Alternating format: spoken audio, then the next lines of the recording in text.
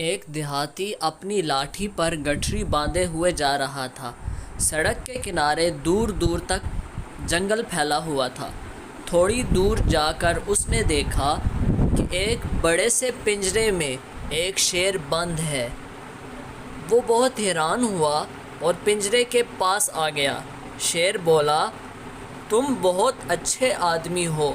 بولا، اگر تم مجھے پنجرے سے آزاد کر دیتے ہو تو تمہاری مہربانی ہوگی۔ تم قریب آؤ اور پنجرے پر لگی زنجیر کھول دو۔ میں بہت پیاسا ہوں۔ اس آدمی کو بہت ترس آیا۔ اس نے پنجرے کا دروازہ کھول دیا۔ شیر دھاڑ مار کر باہر آیا اور دیہاتی پر جپٹا۔ اس نے کہا، ارے میں نے ہی تمہیں کھولا اور تم مجھے ہی کھا رہے ہو۔ شیر ہنس کر بولا، اس دنیا میں یہی کچھ ہوتا ہے۔ اگر یقین نہیں آتا تو ساتھ لگے ہوئے پیڑ سے ہی پوچھ لو۔ دیہاتی نے پیڑ سے کہا، میں رستے پر جا رہا تھا، شیر پنجرے میں بند تھا، میں نے اسے کھولا، اب یہ مجھے ہی کھانا چاہتا ہے۔ پیڑ نے جواب دیا، اس دنیا میں یہی کچھ ہوتا ہے۔ لوگ میرے پھل کھاتے ہیں اور میرے سائے میں بیٹھتے ہیں، مگر ضرورت پڑنے پر مجھے کاٹ بھی دیتے ہیں، مجھ پر ترس نہیں کھاتے۔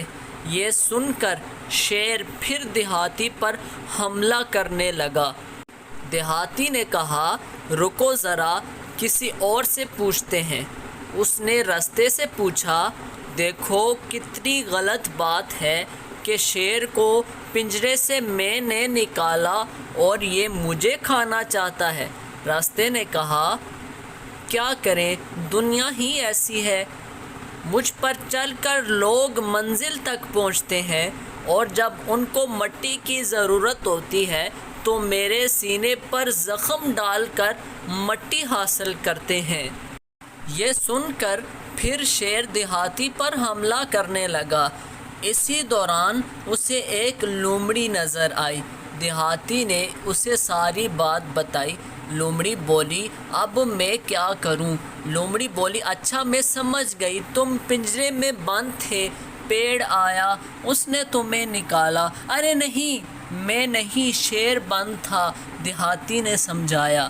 لومڑی بولی، میری سمجھ میں کچھ نہیں آ رہا۔ شیر پنجرے میں جا کر بولا، میں یوں بند تھا۔